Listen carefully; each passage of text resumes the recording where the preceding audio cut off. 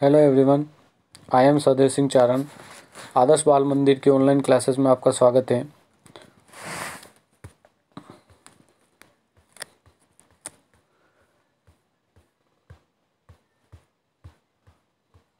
English compulsory की ये class है।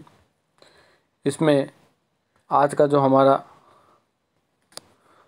चैप्टर है जिसका नाम है the portrait of a lady, इसके जो राइटर हैं वो खुशवंत सिंह, जो आपकी book Hornbill class 11th English compulsory से ली गई है। आगे बढ़ते हैं। ये आपके खुशवंत सिंह है, उनका पिक्चर आप देख रहे हैं। ये आपके जो स्टोरी है उसके राइटर हैं खुशवंत सिंह। आगे बढ़ते हैं, इनके बारे में कुछ जान लेते हैं। खुशवंत सिंह बोर्न, खुशहाल सिंह भी कह सकते हैं, 2 फरवरी 1950 और इनकी मृत्यु 20 March 2040। Was an Indian author, ये एक इंडियन ऑथर थे, डिप्लोमेट, जर्नलिस्ट थे, लॉयर थे, पॉलिटिशियन भी थे।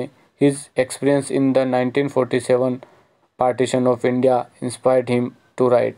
उनका एक्सपीरियंस था, उन्होंने 1947 में जो इंडिया का जो पार्टीशन हुआ था, भारत पाकिस्तान जो अलग बना था, उसके उनको इंस्पायर्ड किया था। Him to write train to Pakistan in 1956, made into film 1998, made into film. उन्होंने फिल्म ट्रेन टू पाकिस्तान की एक फिल्म बनाई थी, which because is the most well known novel, जिसको अच्छे नोवेल के नाम से भी जाना जाता है। Born in Punjab, Khushwant Singh was educated in modern school. वो पंजाब में उनका जन्म हुआ था और वो मॉडर्न स्कूल में पढ़े थे। न्यू दिल्ली, कहाँ पर पढ़े थे? New Delhi. Saint Stephen's college and graduate from government college Lahore, और सेंट स्टेफन कॉलेज में भी पढ़े थे और गवर्नमेंट कॉलेज लाहौर से भी उन्होंने ग्रेजुएशन की। He studied at Kings college London, Kings college London में भी उन्होंने पढ़ाई की। And was awarded LLB from university of London, उन्होंने यूनिवर्सिटी ऑफ लंदन से LLB की। He was a called of the bar at the London Inner Temple after working as a lawyer in Lahore High Court for 8 years। इन्होंने Lahore high court में क्या किया?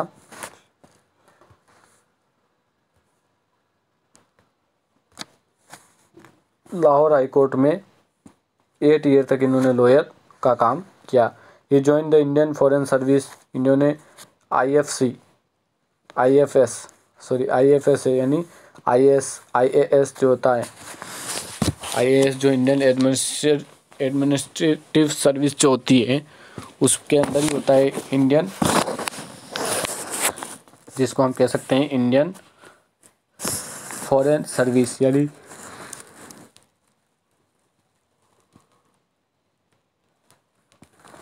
जो British वगैरह जो होते हैं, जो राजदूत हम कह सकते हैं, जिसको एम्बेसडर जो होते हैं उसमें, या जो दूतावास जो होते हैं वहाँ पर इनमें नौकरी की जाती है, वही IFS के अंदर आते हैं। IFS। Independence of India, British empire in 1947। He appointed journalist of All India Radio in 1951। इनको जर्नलिस्ट बनाया गया था ऑल इंडिया रेडियो का। कब? 1951 के अंदर इनको ऑल इंडिया रेडियो का जर्नलिस्ट बनाया गया था। And the move to a depart of mass communication of UNESCO at Paris in 1956। Mass communication department 1956 में भी इनको जगह मिली थी।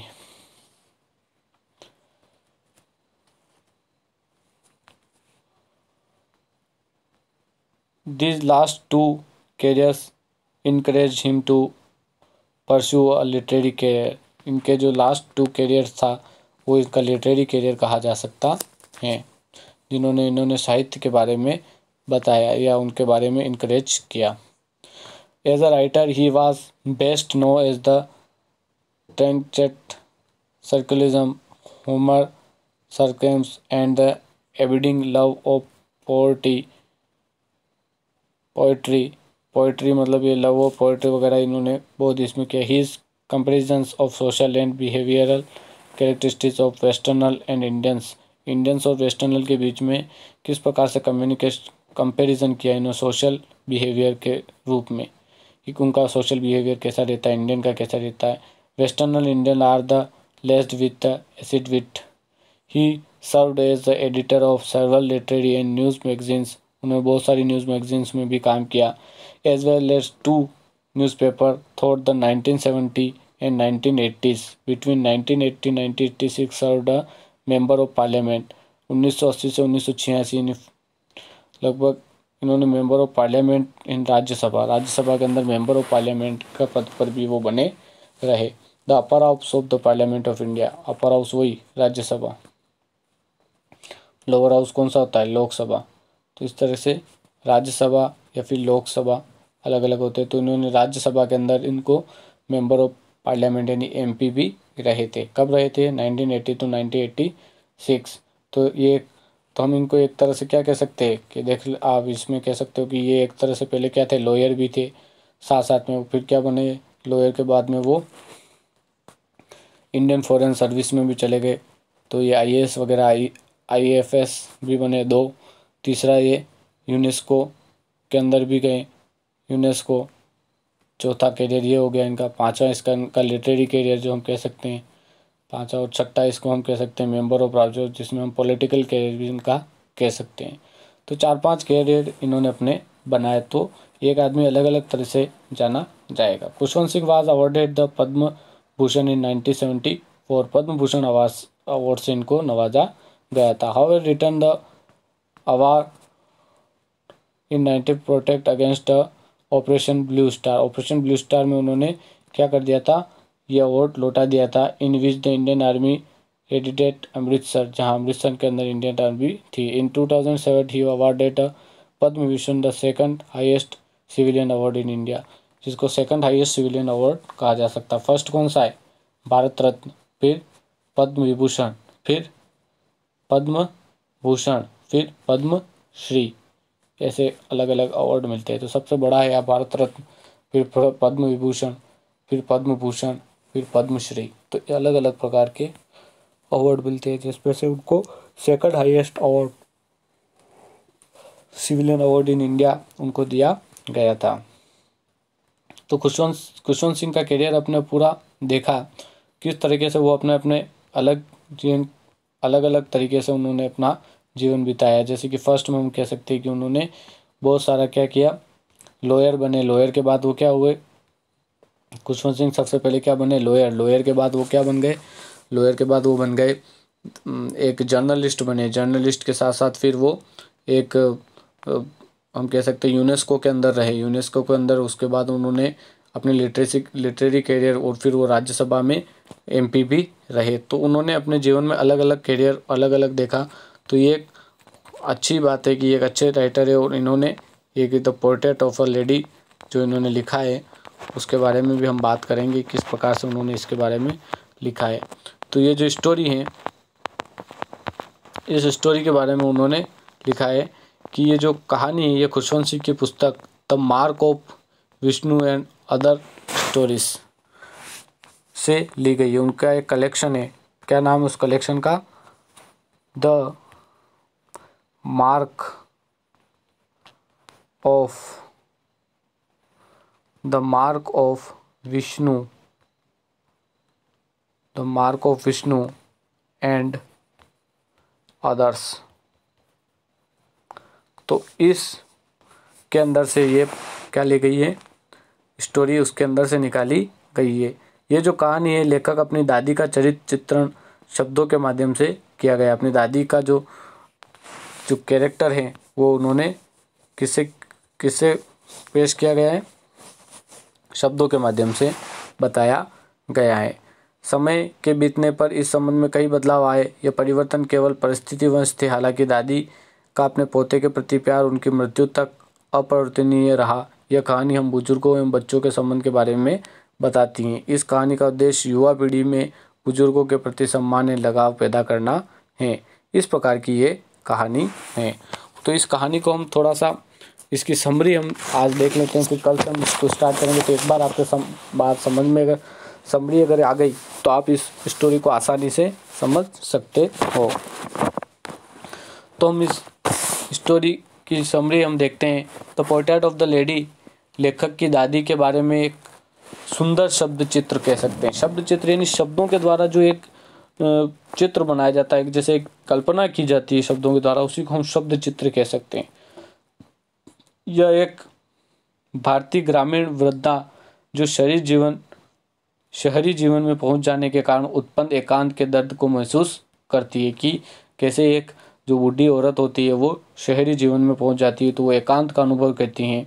वे आधुनिक भारत में घटित होने वाली सामाजिक परिवर्तन को विरोध भाव से देख रही हैं कि वो जो मॉडर्न इंडिया में जो घटित हो रहा है उसको सामाजिक परिवर्तन को देख रही हैं। वे बहुत बूढ़ी हैं, उनका झुर्रीदार चेहरा पिछले 20 साल से यथावत है कि नहीं, 20 साल से उनका चेहरा बिल्कुल है। आपने देखा होगा बूढ़े लोग होते हैं उनके शरीरों पे झुर्रियाँ पड़ जाती है, वैसा का वैसा है। ऐसी कल्पना करना भी असंभव है कि वे कभी युवा और आकर्षक रही होगी, इतनी झुर्रियाँ उनके चेहरे पर पड़ चुकी हैं। वे ठिंगनी हैं, मोटी हैं और थोड़ी सी झुकी हुई भी है क्योंकि कमर थोड़ी झुक जाती है बुढ़ापे में, और उनके होठ लगातार आश्रय प्रार्थना में हिलते रहते हैं। जब लेखक के माता पिता शहर चले गए तो लेखक अपनी दादी के साथ गांव में रहते थे। जब माता पिता शहर के चले गए तो वो अपनी दादी के साथ गांव में रहते थे। उनकी दादी उन्हें गांव के विद्यालय ले जाती थी। विद्यालय मंदिर से जुड़ा हुआ था। घर लौटते समय रास्ते में वे गांव के कुत्तों को बासी रोटी खिलाया करती थी। वे दादी और पोता अच्छे मित्र थे, लेकिन जब लेखक माता पिता शहर बस गए तो उन्होंने उन्हें भी बुला लिया। अब उनके रिश्तों का एक निर्णायक क्षण था। वे अब लेखक के साथ स्कूल नहीं जाती थी, चूँकि अब अंग्रेजी माध्यम स्कूल में बस द्वारा जाया करते थे। तो किस तरीके से परिवर्तन हो जाता है जीवन में, वो उस परिवर्तन को बाहर जाता है। शहर की गलियों में कुत्ते नहीं थे, इसलिए उन्होंने शहर के घर के आंगन में गोरियों पक्षियों को चुगाना शुरू कर दिया। उनके पोते को स्कूल में जो कुछ पढ़ाया जाता वो पसंद नहीं आता, अतः वो उससे धीरे धीरे अलग होती चली गई और उसने बहुत कम बोलती थी। जब लेखक ने विश्वविद्यालय जाना शुरू किया तो उन्हें एक अलग कमरा दे दिया गया। दादी अपने आप को चरखा काटने, प्रार्थना करने और चिड़िया को भोजन कराने में व्यस्त कर लिया। वे दोपहर बाद थोड़ा आराम करती और गोरी पक्षियों को छोटे छोटे टुकड़े खिलाया करती थी। तो ये उनकी जीवन शैली हो चुकी थी। तो वो किस तरह से एकांत में रहना पसंद करने लगी कि वो जो पोइट था, वो जो कवि है, वो कह रहा है कि मैं क्या हो गया, यूनिवर्सिटी में चला गया तो मुझे एक अलग सा कमरा दे दिया गया और मैं वहाँ रहने लगा। तो उस तरीके से उन्होंने उसकी बात की। जब लेखक ने विश्वविद्यालय जाना शुरू किया, जब लेखक ने क्या किया, विश्वविद्यालय जाना शुरू किया तो उसको अलग कमरा दे दिया गया। जब लेखक 5 साल विदेश में लौटा तो उसने दादी को वैसा ही पाया जैसे पहले थी। अब पोते के लौटने के पहले दिन वो गोरी पक्षियों को ज़्यादा देर तक चुकाती रही। वो उनके लिए सर्वाधिक खुशी का समय था। शाम को उन्होंने पड़ोस की महिलाओं को इकट्ठा किया, पुराना ढोल मंगवाया और गाना शुरू कर दिया। उस दिन उन्होंने भजन नहीं किया। अगली सुबह बीमार पड़ी। उन्हें पता लग गया कि उनकी मृत्यु होने वाली है, इसलिए वो शांतिपूर्वक भजन करते हुए अपने माला जपते हुए बिस्तर पर लेट गई। अचानक उनके होठ ठहर गए। उनका शव कमरे में पड़ा था। पूरे बरामदे में उनके कमरे पर फर्श हजारों गौरैया बैठी थी, क्योंकि वो जो चिड़ियाँ थी उनको दाना खिलाती थी, तो वो हजारों संख्या में वहाँ आकर बैठ गई। अचानक उनके होठ ठहर गए। उनका शव कमरे में पड़ा हुआ था। पूरे बरामदे में कमरे के फर्श में हजारों चिड़ियाँ थी। वो न तो उनके साथ खेल रही थी और न ही चहचहा रही थी। लेखक की माँ को पक्षियों पर तरस आ गया और वह उनके लिए रोटी लाई और उनको छोटे छोटे टुकड़े तोड़कर उनके लिए डाल दिए। जो पक्षियों के रोटी की तरफ ध्यान नहीं दिया। वो जब दादी का शव हटा लिया गया तो वे भी वहाँ से चुपचाप उड़ गई। माँ ने भले रोटी दी लेकिन उन्होंने वो नहीं खाई। तो जो पक्षी है वो बात भी, पक्षियों की बात भी यहाँ पर बताई गई है। तो किस प्रकार से एक यहाँ पर पोइट ने किस प्रकार से एक चित्रण किया है, कैसे चित्रण किया है कि पहले कैसे वो गांव में रहते थे, गांव से लेके वो कैसे बाहर आए, तो गांव में जो पाठशालाएं थी वहाँ पर वो पढ़ने जाता था, तो वो शब्द चित्रण किया। जो झुर्रियाँ जो दादी के चेहरे पे पड़ी गई उसके बारे में शब्द चित्रण किया गया। और कैसे वो विश्वविद्यालय गया तो उसे एक अलग कमरा दे दिया गया और दादी उससे अलग होती गई, वो उसके शब्द चित्रण किए गए। उसके बाद किस तरीके से उसको अलग अलग प्रकार से अलग अलग तरीके से उसको समझाया गया। तो इस तरीके से ये जो स्टोरी है उस तरह से हम इसको पढ़ सकते हैं। तो ये जो आज हमने इसका पूरा आपको समरी मैंने आपको बताई है, तो ये समरी आपको समझ में आएगी। तो कल से नेक्स्ट क्लास में हम इसको क्या करेंगे, नेक्स्ट क्लास में हम इसको प्रॉपरली पढ़ना स्टार्ट कर देंगे। तब तक ये आपको समझ में आई होगी, तो आप इसको पढ़ लें एक बार, फिर हम कल उसको स्टार्ट करेंगे लाइन टू लाइन। कैसे ये पोएम है, कैसे खुशवंत सिंह के बारे में मैंने आपको समझाया है, और स्टोरी में क्या है वो भी लगभग आपको समझ में आ गया होगा। किस तरह से लेखक और राइटर जो हैं वो किस तरह से अपने आप को इसमें इम्प्रूव करता है। Thank you very much. आगे की क्लास में हम और आगे देखते हैं क्या क्या होता है। आगे की क्लास में मिलते हैं। Okay, good bye.